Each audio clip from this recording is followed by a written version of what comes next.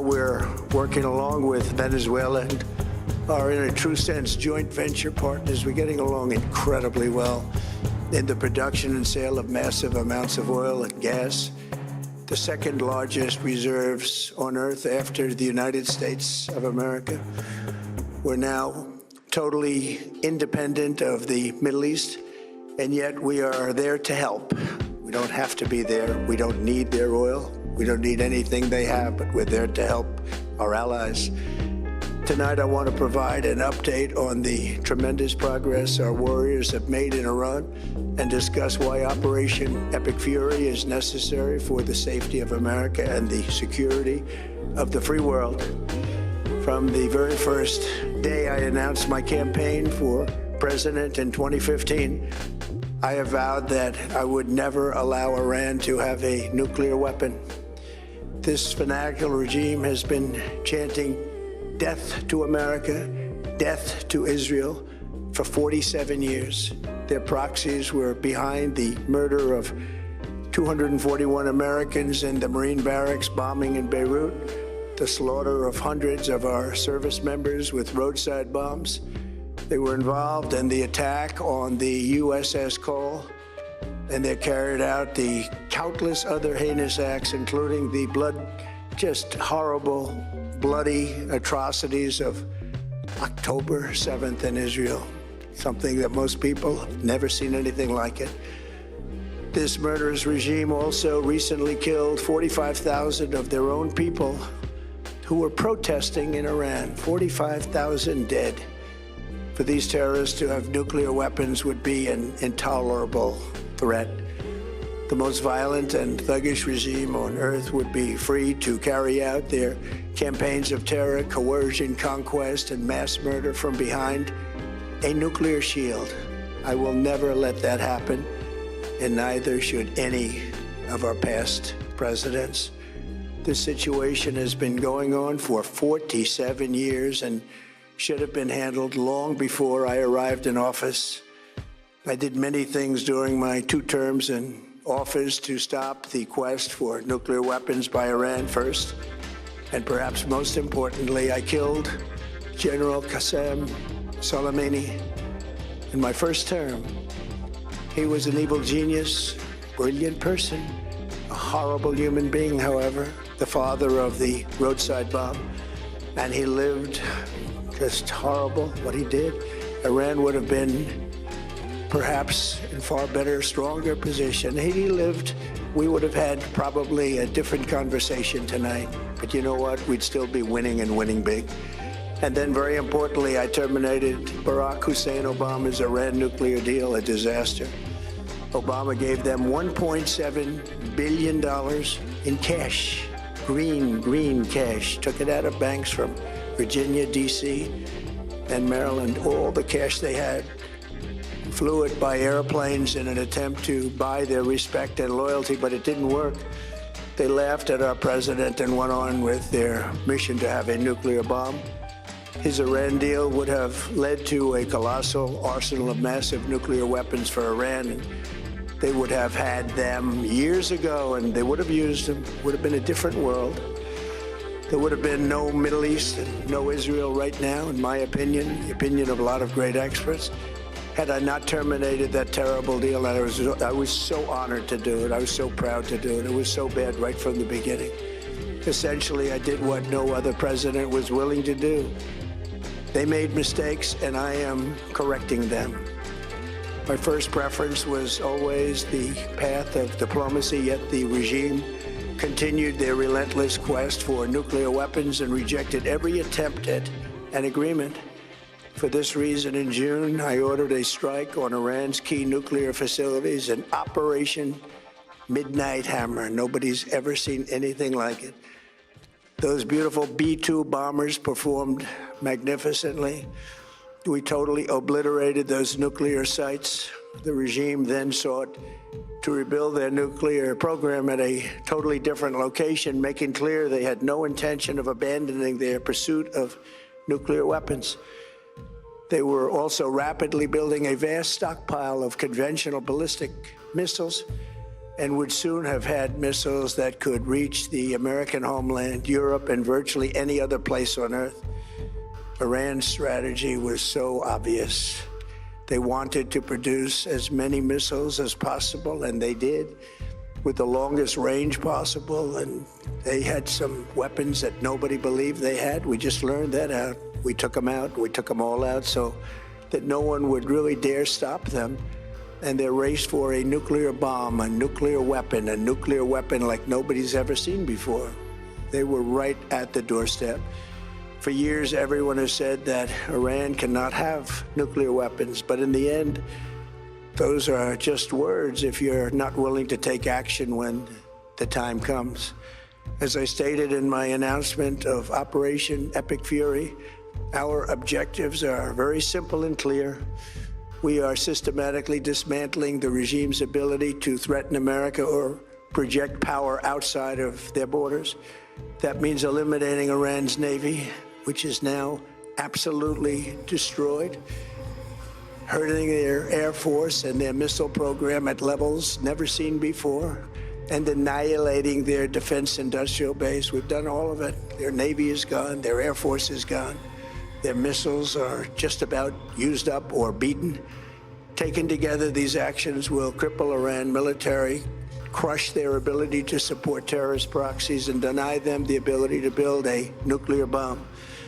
Our armed forces have been extraordinary. There's never been anything like it militarily. Everyone is talking about it, and tonight I'm pleased to say that these core strategic objectives are nearing completion. As we celebrate this progress, we think especially of the 13 American warriors who have laid down their lives in this fight to prevent our children from ever having to face a nuclear Iran. Twice this past month, I've traveled to Dover Air Force Base, and it's been something. I wanted to be with those heroes as they return to American soil, and I was with them and their families, their parents, their wives, their husbands. We salute them, and now we must honor them by completing the mission for which they gave their lives. And every single one of the people, their loved ones said, "Please, sir, please finish the job." Every one of them.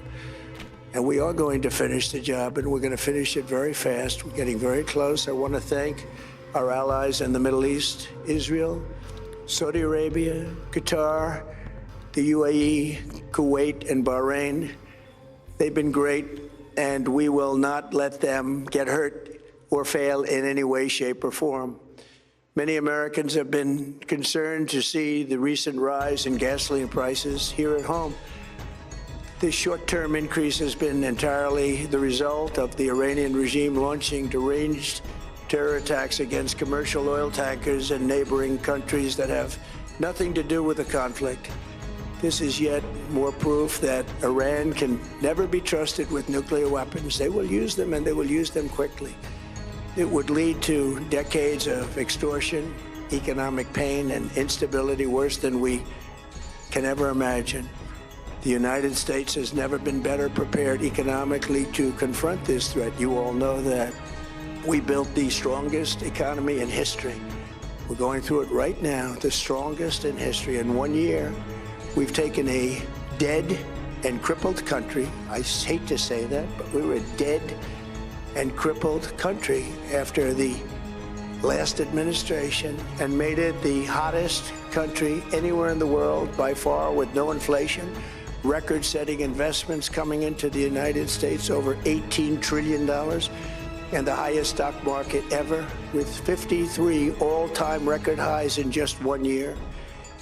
It all positioned us to get rid of a cancer that has long simmered. It's known as the nuclear Iran, and they didn't know what was coming. They've never imagined it. Remember, because of our Drill Baby Drill program, America has plenty of gas. We have so much gas. Under my leadership, we are #1 producer of oil and gas on the planet, without even discussing the millions of barrels that we're getting from Venezuela. Because of the Trump administration's policies, we produce more oil and gas than Saudi Arabia and Russia combined. Think of that, Saudi Arabia and Russia combined. and that number will soon be substantially higher than that. There's no country like us anywhere in the world, and we're in great shape for the future. The United States imports almost no oil through the Hormuz Strait and won't be taking any in the future. We don't need it. We haven't needed it, and we don't need it.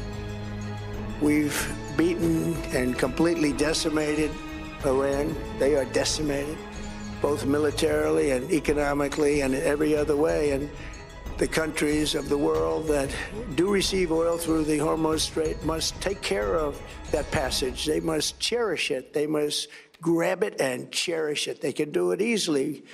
We will be helpful, but they should take the lead in protecting the oil that they so desperately depend on. So to those countries that can't get fuel, many of which refuse to get involved in the decapitation of Iran, we had to do it ourselves. I have a suggestion. Number one, buy oil from the United States of America. We have plenty. We have so much. And number two, build up some delayed courage. Should have done it before, should have done it with us, as we asked. Go to the Strait and just take it, protect it, use it for yourselves. Iran has been essentially decimated. The hard part is done, so it should be easy. And in any event, when this conflict is over, the Strait will open up naturally. It'll just open up naturally. They're going to want to be able to sell oil because that's all they have to try and rebuild. It will resume the flowing, and the gas prices will rapidly come back down. Stock prices will rapidly go back up. They haven't come down very much, frankly. They came down a little bit, but they've had some very good days over the last couple of days. We've done actually much better than I thought, but we had to take that little journey to Iran to get rid of this horrible threat. With our historic tax cuts, where people are just now talking about receiving larger refunds than they ever thought possible, they are getting so much more money than they thought. That's from the great big beautiful bill. Our economy is strong and improving by the day, and it will soon be roaring back like never before. It will top the levels that it was a month ago. I've made clear from the beginning of Operation Epic Fury that we will continue until our objectives are fully achieved. Thanks to the progress we've made, I can say tonight that we are on track to complete all of America's military objectives shortly, very shortly. We're going to hit them extremely hard over the next 2 to 3 weeks. We're going to bring them back to the Stone Ages where they belong. In the meantime, discussions are ongoing. Regime change was not our goal. We never said regime change, but regime change has occurred because of all of their original leaders' death. They're all dead. The new group is less radical and much more reasonable. Yet if during this period of time no deal is made, we have our eyes on key targets. If there is no deal, we are going to hit each and every one of their electric generating plants very hard and probably simultaneously. We have not hit their oil, even though that's the easiest target of all, because it would not give them even a small chance of survival or rebuilding. But we could hit it, and it would be gone, and there's not a thing they could do about it. They have no anti-aircraft equipment. Their radar is 100% annihilated. We are unstoppable as a military force.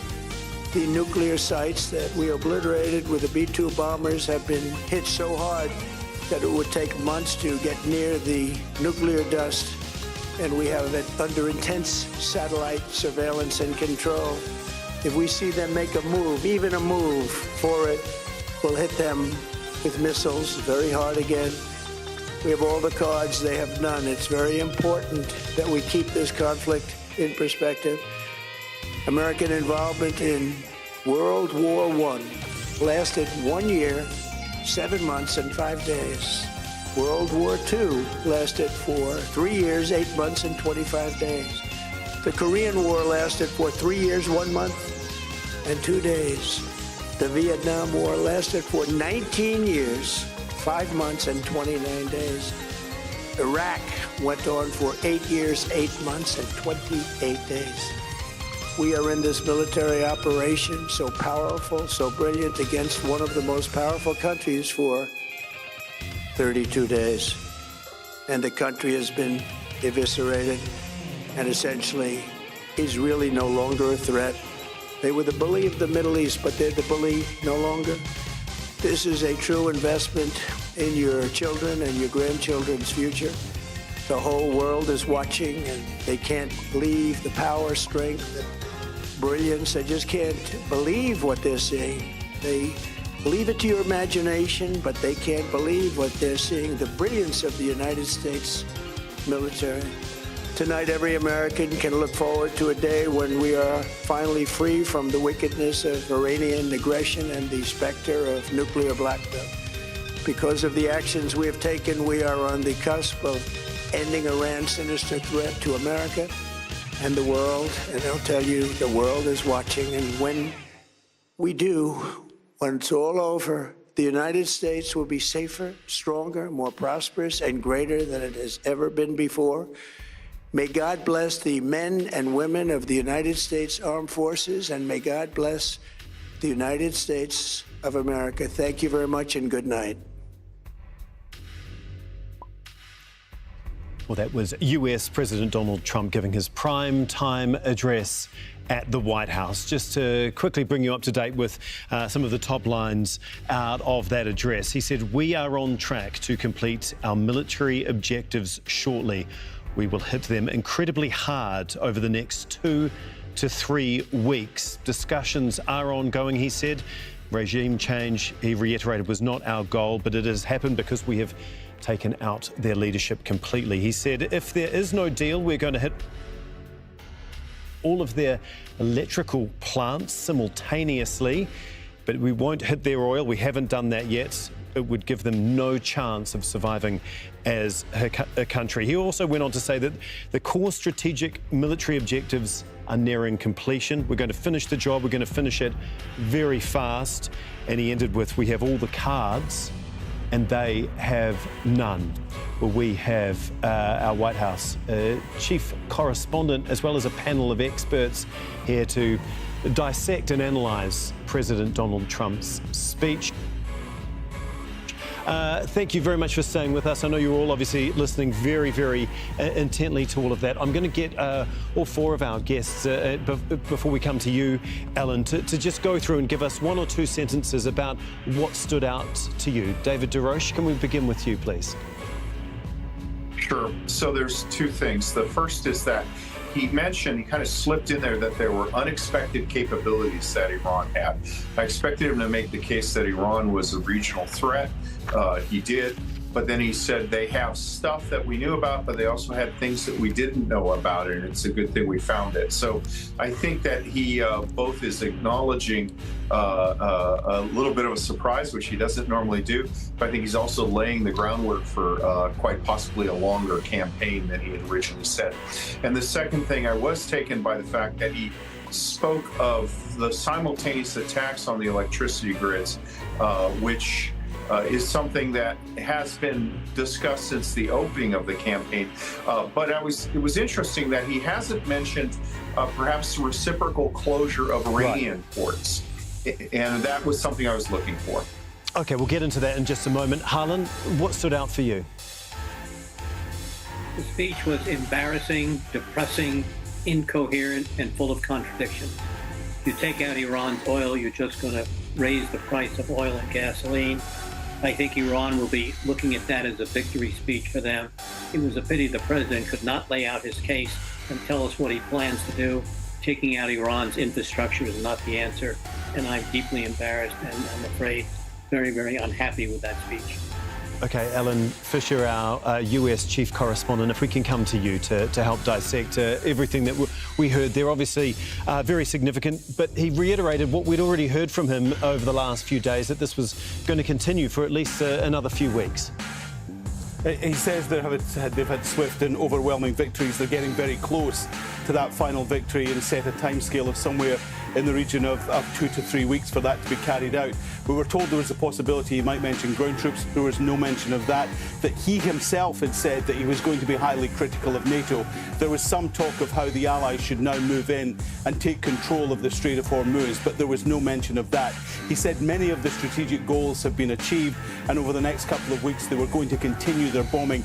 In fact, he said they were going to bomb Iran back to the Dark Ages. He also made the point that he was going to start attacking their energy infrastructure if they didn't come up with a deal. And of course, Donald Trump said in a Truth Social post early on Wednesday that he thought that they were looking for a ceasefire, that had been approached and they had asked for a ceasefire. What is interesting is when he said of the strategic goals, we never looked for regime change, except when he announced this 32 days ago. That was one of the things he talked about. He told the people of Iran it was time to rise up and take control of their government, who is actually talking about regime change. And of course, over the last few days, he's talked about regime change, saying it was important that they were now talking to different people, that the government in Tehran had been replaced with people who were not quite as militant or as radical and were much more intelligent, suggesting that he saw someone there that he could deal with.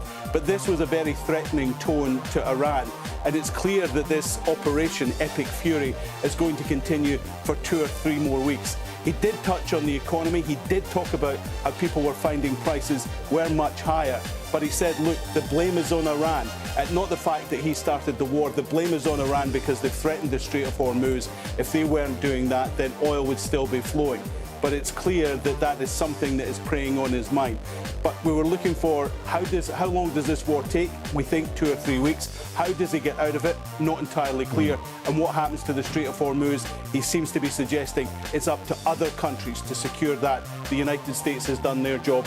Everyone else should now move in and do theirs. Yeah, a lack of clarity on many points. Alan, Henry, if I can bring you in here now. Do you agree with what Alan was saying there, that that was an incredibly threatening speech? It was, and actually, if I can be a bit of a contrarian here, that actually left me with some hope.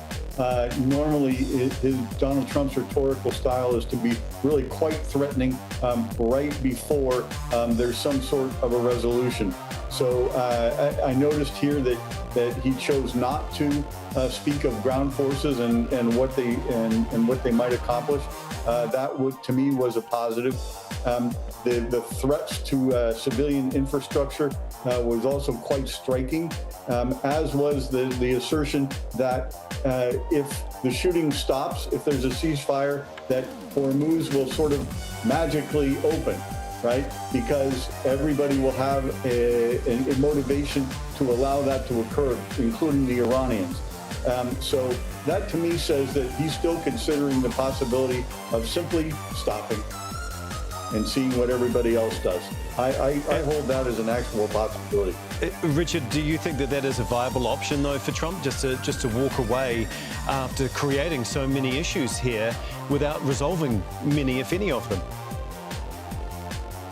Well, I think he would probably like to be able to do so, but as your other guests have indicated, the issue of the Strait of Hormuz clearly was not addressed. There was no way to ensure that global energy supplies would continue moving through the strait. The idea of us attacking the civilian infrastructure of Iran would be something that would alienate the Iranian people for generations from the U.S. So I think the kinds of things that he's talking about really don't address the issues that concern us and our allies, and that is how we get Iran to change its policies and how we get the oil flowing again and how we wind up this military action. So I think in a sense, the key issues were really not addressed. So I don't think he really helped himself in terms of communicating with the American people. Okay, Alan, if I can come back to you once again. Obviously, part of this exercise was to speak directly to the American people. That is exactly what a prime-time speech is meant to do. How do you think that this is going to be received by them? And do you think that will allay many of their fears, whether it is over oil prices or markets or potentially ground troops going in and putting their lives in danger? Well, funnily enough, I've just been texting someone and saying, what do you think, how do you think this speech will go down? and he said he should have spent much more time speaking on the economy. To be honest, ordinary people in the middle of America don't care what's happening in the Middle East. They may follow it very tangentially on the news, but it's not something they follow every day in the way that you or I do. And so they want to know what's going to happen to their power prices, what's going to happen to their weekly shop. Is it going to get more expensive? And he should have spent more time on that. And perhaps the fact that he didn't, it was suggested to me, is the fact that he's defensive on this. This was the president who said, 1 year after I take office, your energy bills will be half, gas will be much cheaper, so you'll be able to fill your car more often than you do. And he hasn't delivered on that. Here we are, 14 months since he took office. And so that is a weakness for him, and that's maybe why he didn't spend so much time talking about it.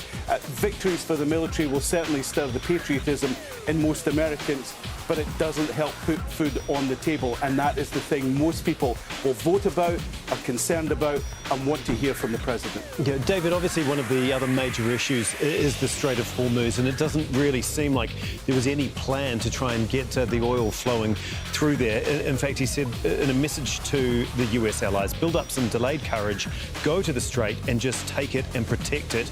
Use it for yourselves. The hard part is done. The rest should be easy. It will just open up naturally. What did you make of those comments? And is it really as straightforward and simple as Donald Trump is making out here? Well, I think that his remarks about attacking the energy grid and the oil infrastructure are directed towards Iran and the requirement to open the Strait of Hormuz. I mean, look, what we have here is not, it's kind of a military problem, but it's really a problem of crisis confidence in the insurance industry, the insurance underwriters. It is so easy and so simple and so low cost to disrupt civilian shipping that, you know, militarily to try to stamp that out is very, very hard to do. The only way you can really do it is by deterrence. So I think that a lot of that big stick, a lot of that threat was basically telling Iran, hey, you know, you guys stop this, you're going to get something you really don't want. On the other hand, as I foreshadowed his remarks, I think he does want to get the coalition or build a coalition of America's traditional partners. He speaks imprecisely. I think when he says NATO, he doesn't mean the organization in Belgium. He includes like Japan and Australia in that. He means our partners. And he wants them to do more, both to relieve the burden on U.S. forces and also politically, so that he can then turn to the domestic audience and say, look, I brought the world with us. America's in its natural leadership role. Ellen, if I can come back to you once again, just on the US allies and the messaging that Trump put forth in talking about NATO and whether that means it's a wider alliance. I mean, those are some extremely tough words. Basically, the US has done everything so far, and it's now up to the rest of you to sort it out. He didn't, though, talk directly about the NATO alliance, because in the lead up to it, we had heard him multiple times denouncing the organisation, potentially pulling out of the alliance. Well, a couple of things. He can't. I mean, he can't pull out of the NATO alliance unilaterally. He would have to get 2/3 of the Senate to agree. That's a thing that was introduced in the Senate in 2023. And actually, the senator that introduced it is now his Secretary of State, to stop any president unilaterally drawing the United States out of one of the oldest military alliances in the world. He's goading, he's trying to goad his allies into doing something in the Strait of Hormuz, saying, look, we've got plenty of oil, we don't need to come through the Strait of Hormuz. But it's clearly something that has concerned them. And it also, as someone has pointed out to me, shows a lack of strategy. We were told that, of course, they knew that the Iranians would target the Strait of Hormuz. Of course, they knew they would make that a choke point. And of course, they had something that they could help to deal with it. But as it goes on day after day after day, it proves that actually the United States doesn't. They don't know quite how to handle this. And so for all the military planning that's going on, that's not something that seems to have been top of mind. It's not something that they thought would be a serious threat. And so Donald Trump's trying to goad his rivals into helping the rest of the world. There is some truth in the fact that the United States is not dependent on the oil that comes through there. but they also need other things that comes through there. They need things like agriculture, fertilizer that comes through there. They also need things like rare earth minerals that come through there. So it's not just oil that passes through there. There are many other things, and that hits the US economy. So while he says that the US could walk away, they really can, and they've got to help get the Strait of Hormuz open again if they're to see, if they're not to see a long-term impact on the United States economy. OK, President Trump addressed Iran's closure of the Strait of Hormuz by saying other countries should take advantage of US strikes on Iran and come and take the oil there, while also adding that the strait will open up on its own. The countries of the world that do receive oil through the Hormuz Strait must take care of that passage. They must cherish it. They must grab it and cherish it. They can do it easily. We will be helpful, but they should take the lead in protecting the oil that they so desperately depend on. So to those countries that can't get fuel, many of which refuse to get involved in the decapitation of Iran, we had to do it ourselves. I have a suggestion. Number one, buy oil from the United States of America. We have plenty. We have so much. And number two, build up some delayed courage. Should have done it before. Should have done it with us, as we asked. Go to the strait and just take it, protect it, use it for yourselves. Iran has been essentially decimated. The hard part is done, so it should be easy. And in any event, when this conflict is over, the strait will open up naturally. It'll just open up naturally. OK, we're going to go back to our panel of experts now. Henry, if I can bring you in to discuss what we heard from Donald Trump there, basically putting the burden now on US allies that need the oil to go through the Strait of Hormuz. Go in and take it. What did you make of that? And given what we have heard from so many of them and their disdain, not their disdain, their rejection of getting involved in this conflict, that is highly unlikely to happen. Well, I think sooner or later their pragmatism will overcome their sense of upset at not having been consulted before the war started. And they will recognize that they have a higher stake in the security of the Strait of Hormuz than the U.S. does. I think that's a fact. So I suspect that ultimately, sometime in the next couple of weeks, there will form a coalition. There will be some kind of an arrangement with Iran, and the strait will move toward reopening again. Everybody needs it to reopen. Everybody is, including Iran, is just trying to get the best possible deal. You know, Iran has already amply demonstrated, for the reasons cited by one of the other panelists, that it controls the Strait of Hormuz and it can turn it on and off anytime it wants. I will say that if the U.S. stops shooting at Iran, then the pressure will shift to Iran to do the same thing. And all the international pressure being focused on the U.S. will be somewhat shifted to Iran. And then finally, I just wanted to point out, you know what? Iran is not going to change. And it's good, I guess, that the president thinks that the current leadership, whoever that is more reasonable. But the Iranian empire has been roughly the same and has engaged in the same type of behavior literally for thousands of years.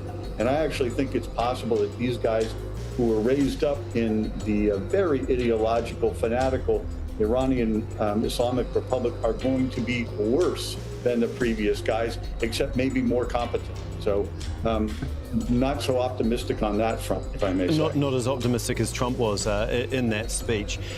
Richard, if I can bring you in on all of this now, just on the fact that Trump seems to believe that he'll be able to walk away from the Strait of Hormuz and it will sort itself out. What do you make of that? Well, first of all, I think it's very clear that the American public has learned a great deal about the Strait of Hormuz in the last month. And it is true that the American public understands that the U.S. does not get much oil or gas, for that matter, from the Strait. although American farmers are very aware that they get most of their fertilizer coming through the strait. But Americans also have seen that disruptions of energy coming through the strait has caused U.S. energy costs to go through the roof. So there is a connection between the strait being closed and the cost to Americans. So even if President Trump wants to say that whether the strait is open or closed is indifferent to us, the American people realize that's not the case. But I think along with what Henry was saying, if we can get to some kind of a ceasefire and end to the hostilities, then I do think we will get to the point where something can be arranged to allow shipping again through the strait. But the wild card might be Israel, because Israel has indicated that it has other goals that it is still seeking.